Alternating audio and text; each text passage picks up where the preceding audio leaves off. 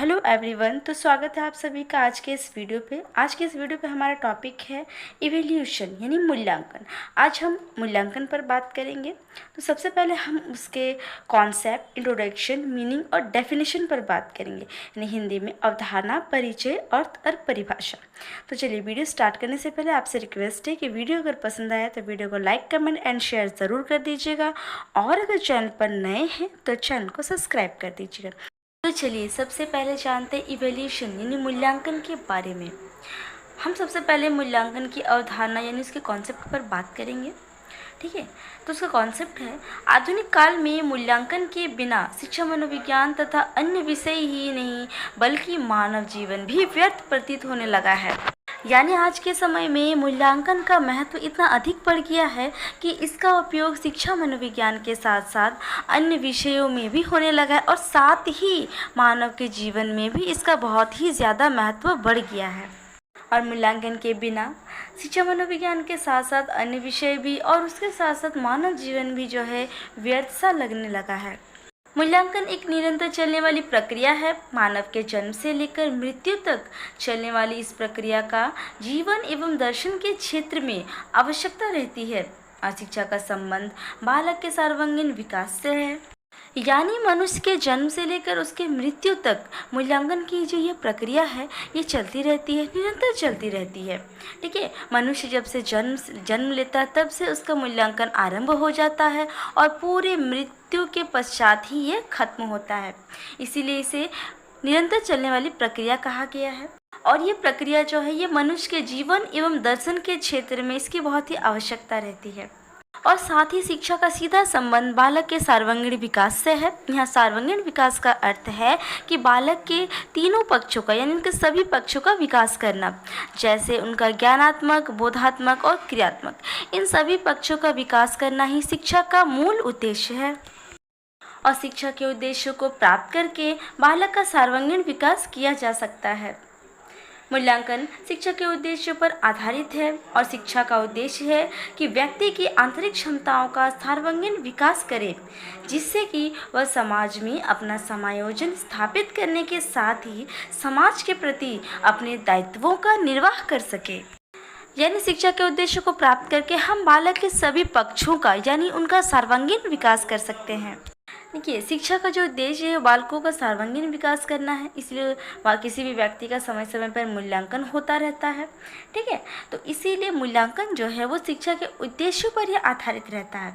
और शिक्षा का जो उद्देश्य है वो व्यक्ति के आंतरिक क्षमताओं, यानी उनके अंदर जो भी गुण हैं, जितने भी विशेषताएं हैं, इन सभी क्षमताओं का, उनकी खूबियों का विकास करना होता है, जिससे क्या होगा, वे समाज में रहकर समाज के लोगों के साथ समायोजन स्थापित कर पाएंगे, और इसके साथ ही समाज के प्रति जो उनका अपना दायित्व है, उन सभी दायित्वों को वो निर्वाह कर पाएंगे। साथ ही कक्षा के सभी विद्यार्थियों में व्यक्तिगत भिन्नताएं होती हैं, इसलिए अध्यापक को अपने विद्यार्थियों की क्षमताओं, उनकी योग्यताओं एवं उनकी रुचियों के अनुकूल ही भिन्न भिन्न प्रकार के शिक्षक का कार्य पूरा करना होता है। देखिए, यहाँ इंडिविजुअल डिफरेंसेस के कारण बच्चों में भिन्नताएं देखने को मिलती है। क्लासरूम में अलग अलग किस्म के बच्चे होते हैं, सबकी मेंटालिटी अलग होती है। ठीक है, सबकी सीखने की क्षमता, शक्ति अलग होती है।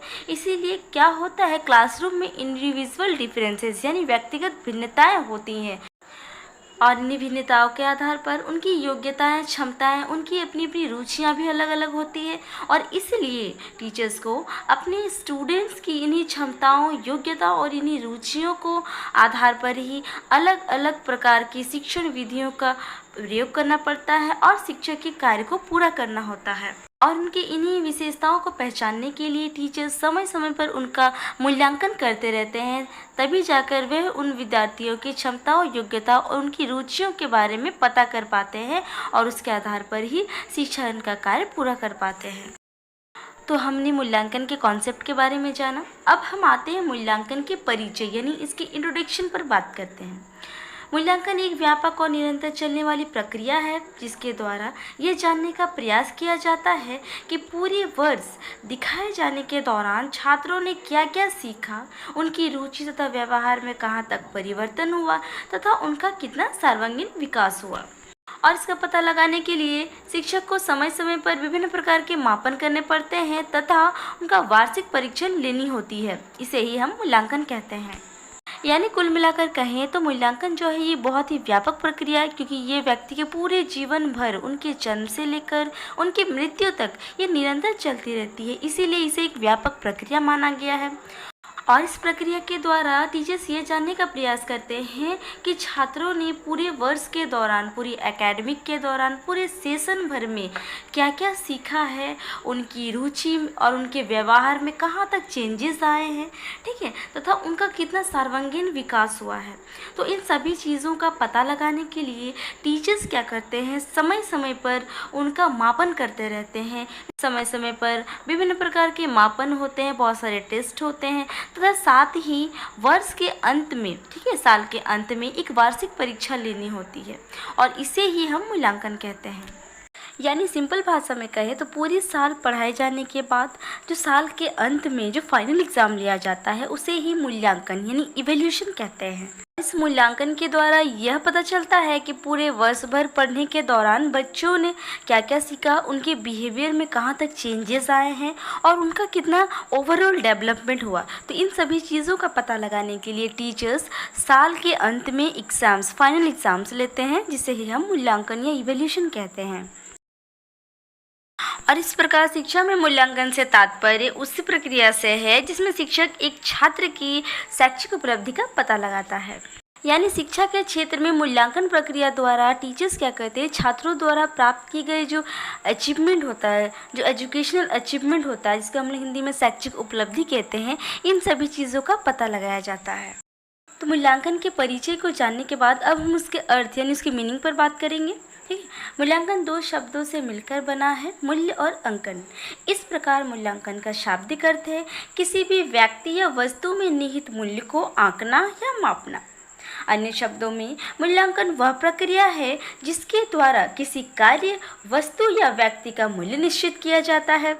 शिक्षण में मूल्यांकन से तात्पर्य छात्र के गुण दोषों की व्याख्या करके इसके संबंध में उचित निर्णय करना होता है।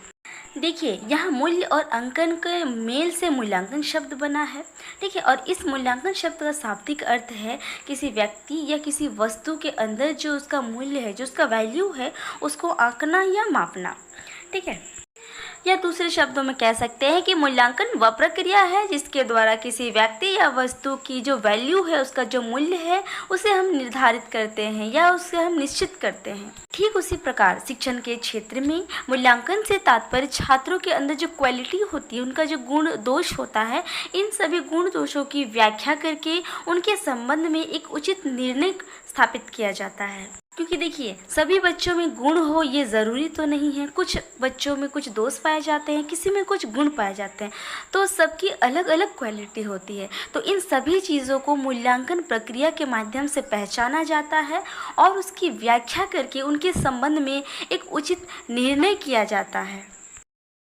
देखिए, मूल्यांकन में छात्र की केवल शैक्षिक प्रगति अथवा उनकी उपलब्धि की ही जांच नहीं होती, बल्कि इसमें छात्र के शारीरिक, उनके मानसिक, लौकिक और सामाजिक आदि इन सभी गुणों की ही परीक्षा सम्मिलित होती है। यानी मूल्यांकन प्रक्रिया के माध्यम से छात्रों के केवल शैक्षिक प्रगति या उन्होंने जो अचीवमेंट हासिल किया है, इन सभी चीज़ों का ही वो जांच नहीं करता है, बल्कि ये छात्रों के शारीरिक, मानसिक, लौकिक, सामाजिक आदि ये सभी जो गुण है उनके अंदर, इन सभी गुणों की परीक्षाएं की ली जाती है, इन सभी चीज़ों की जांच की जाती है। तो आई होप आप समझ गए होंगे कि मूल्यांकन का अर्थ क्या है। तो अब हम मूल्यांकन के शाब्दिक अर्थ को स्पष्ट रूप से देखेंगे, ठीक है। तो सबसे पहले देखते हैं कि मूल्यांकन बराबर मापन प्लस मूल्य निर्धारण। यहाँ मापन को इंग्लिश में मेजरमेंट कहते हैं, ठीक है। तो मेजरमेंट जो होता है वो क्वांटिटेटिव होता है, यानी मात्रात्मक रूप में होता है। देखिए, जब हम किसी भी चीज़ का मापन, उसका मेजरमेंट करते हैं ना, तो वो हमें क्वांटिटी के रूप में मिलता है, ठीक है। उसका एक मात्रा होता है, इसलिए हम इसको मात्रात्मक भी कहते हैं। और मूल्य निर्धारण, जिसको इंग्लिश में हम वैल्यू जजमेंट कहते हैं, और वैल्यू जजमेंट जो है वो क्वालिटेटिव होता है, ठीक है, यानी ये गुणात्मक रूप में होता है। देखिए, जब भी हम किसी चीज़ का मूल्य निर्धारण करते हैं ना, उसका वैल्यू निकालते हैं, तो उसका जो वैल्यू होता है वो क्वालिटेटिव होता है, यानी गुणात्मक रूप में होता है। तो ये जो मापन और मूल्यांकन, मेजरमेंट और वैल्यू जजमेंट मिला करके मूल्यांकन बना है। कि जब भी आपके एग्जाम में ये क्वेश्चन अगर आता है तो आप इसे ज़रूर लिखिएगा, क्योंकि ये आपका जो मार्क्स है ना, उस मार्क्स को और बढ़ाएगा। ठीक है, तो इसलिए आप एग्ज़ाम में अपने पेपर में इसे ज़रूर मेंशन करिएगा। इस प्रकार स्पष्ट है कि मूल्यांकन द्वारा किसी गुण, योग्यता या विशेषता का मूल्यांकन निर्धारित किया जाता है। अर्थात मूल्यांकन द्वारा परिमाणात्मक तथा गुणात्मक दोनों ही प्रकार की सूचनाएं प्राप्त होती है, जिनके आधार पर बालक की योग्यता व उपलब्धियों का आकलन किया जाता है। यानी कि मूल्यांकन के माध्यम से किसी व्यक्ति के गुण, उसकी योग्यता और उसकी विशेषता का पता लगाया जाता है। इसके बाद उनका जो वैल्यू है, जो मूल्य है, उसे परिणात्मक या गुणात्मक इन दोनों रूप में दर्शाया जाता है, और इसके आधार पर ही बालक की जो योग्यता है और उनकी जो उपलब्धि, जो अचीवमेंट है, इन सभी चीज़ों का आकलन यानी उनका असेसमेंट किया जाता है। आगे हमने मूल्यांकन के अवधारणा, उसके परिचय और उसके अर्थ पर बात किया। अब हम उसकी परिभाषा यानी उसके डेफिनेशन पर बात करेंगे। सबसे पहला डेफिनेशन है गुड्स के शब्दों में, यानी गुड्स का मानना है कि मूल्यांकन एक ऐसी प्रक्रिया है जिससे सही ढंग से किसी वस्तु का मापन किया जा सकता है। ठीक है, दूसरा परिभाषा है रेमर्स व गेज के अनुसार। रेमर्स व गेज का मानना है कि मूल्यांकन के अंदर व्यक्ति या समाज अथवा दोनों में जो उत्तम या वांछनीय हो उसे ही मानकर चला जाता है। तीसरी परिभाषा है कॉर्नबेक के अनुसार। इनका मानना है कि मूल्यांकन वह प्रक्रिया है जिसके द्वारा शिक्षक एवं छात्र यह निर्णय करते हैं कि शिक्षण लक्ष्यों को प्राप्त किया जा रहा है या नहीं। चौथा परिभाषा है डांडेकर के अनुसार। डांडेकर का मानना है मूल्यांकन हमें यह बताता है कि बालक ने किस सीमा तक किन उद्देश्यों को प्राप्त किया है। अतः उपरोक्त परिभाषाओं के आधार पर यह पता लगाया जा सकता है कि शिक्षक एवं छात्रों के बीच जो गतिविधियां हैं, इन गतिविधियों के माध्यम से शिक्षक के उद्देश्य की पूर्ति हो रही है या नहीं। मूल्यांकन के द्वारा यह भी पता लगाया जाता है कि बालकों का सर्वांगीण विकास हो रहा है या नहीं।